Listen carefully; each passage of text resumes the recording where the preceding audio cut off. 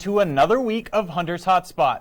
This week, we are finally getting back into fantasy football talk, and we'll be previewing CSU's rapidly approaching road matchup against the Boise State Broncos on the blue turf.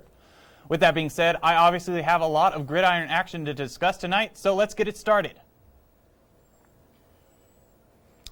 With the Bronze Boot back in Fort Collins and the first win of the Steve Addazio era complete, CSU football must now set their sights on the up-and-coming battle against the Mountain West Conference powerhouse, Boise State, under the lights of Albertson Stadium this Thursday night. In last week's matchup, last Thursday night, the Rams took home the win 34-24 against their heated rivals in Wyoming. The Rams broke their 4-game losing streak to the Pokes in the storied Border War series. This performance was led by a high-powered and efficient offensive attack from CSU, something that hasn't always been seen from recent Ram teams of past. In the first half, CSU managed to put up 3 touchdowns on the board while only holding the Cowboys to 2 for a 24-14 halftime score. After Todd Centeio started CSU's opening game of the season against Fresno State, it was redshirt senior, Patrick O'Brien that got the start at signal caller this time, racking up 18 completions in 26 attempts for 255 yards and 2 touchdowns in what was a very productive outing. Both of those touchdowns were long strikes to the star tight end, Trey McBride. Besides the Rams' passing game, another player that was a major factor in the win was CSU's kicker, Robert Liss, who went 2 for 3 on field goals while converting on all 4 of his extra point attempts. Most importantly for Steve Addazio's squad, Liss delivered in the clutch when it mattered, essentially stealing the Rams' victory after knocking through a 48-yarder with 2:46 to play to give CSU a 10-point lead. In the end, the Rams made the most of their offensive possessions this game after the defense consistently gave them short fields and forced several turnovers.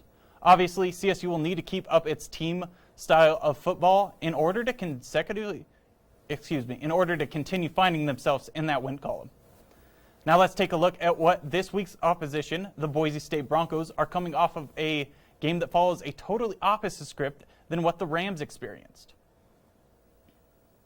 Last Friday night, Boise State took on visiting number 9 ranked BYU on the blue turf of Albertson Stadium, where the Cougars absolutely dominated the Broncos, standing as a clear sign of the blowout. The BYU defense held the Boise offense to only 3 points through the first 3 quarters, while the Cougars offense followed the same type of showing, putting up majority of their points in the third quarter with 3 touchdowns of their own.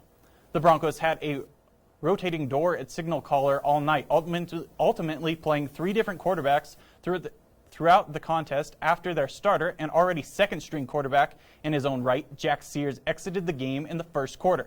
Sears was replaced by true freshman Cade Finnegan, who threw for 182 yards, 2 touchdowns, and an interception.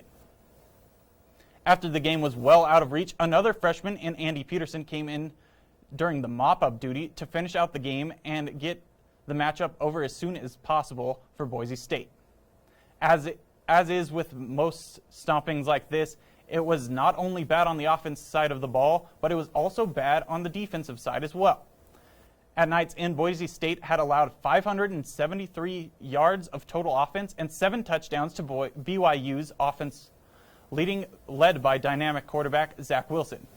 All of these blunders resulted in a deficit 51-17 final score for the visiting Cougars.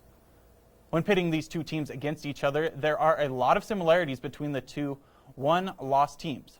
Both squads are sitting unsettled at signal caller, meaning both offenses must keep up a balanced offensive attack to keep moving the chains and take the pressure off of their respective quarterbacks.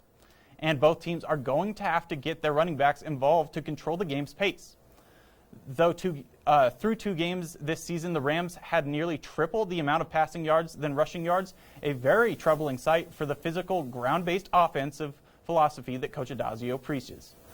On the other hand, the Broncos had a similar issue, only recording 61 rushing yards in the aforementioned matchup against BYU.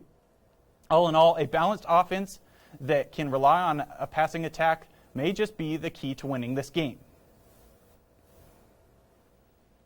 Now let's switch gears from the college ranks and into the pros for fantasy football.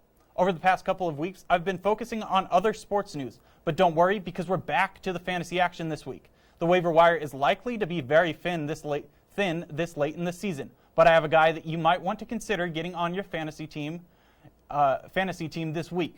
This player is none other than the versatile weapon from Carolina, Curtis Samuels.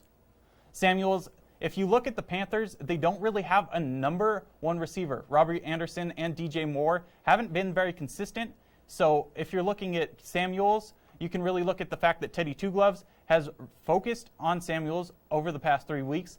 He's thrown him 4 touchdowns over the last 3 weeks. Samuels has only dropped one of his passes in the last 3 games, which means if he's going to get that ball, if the ball's going to come his way, then he's going to catch the ball.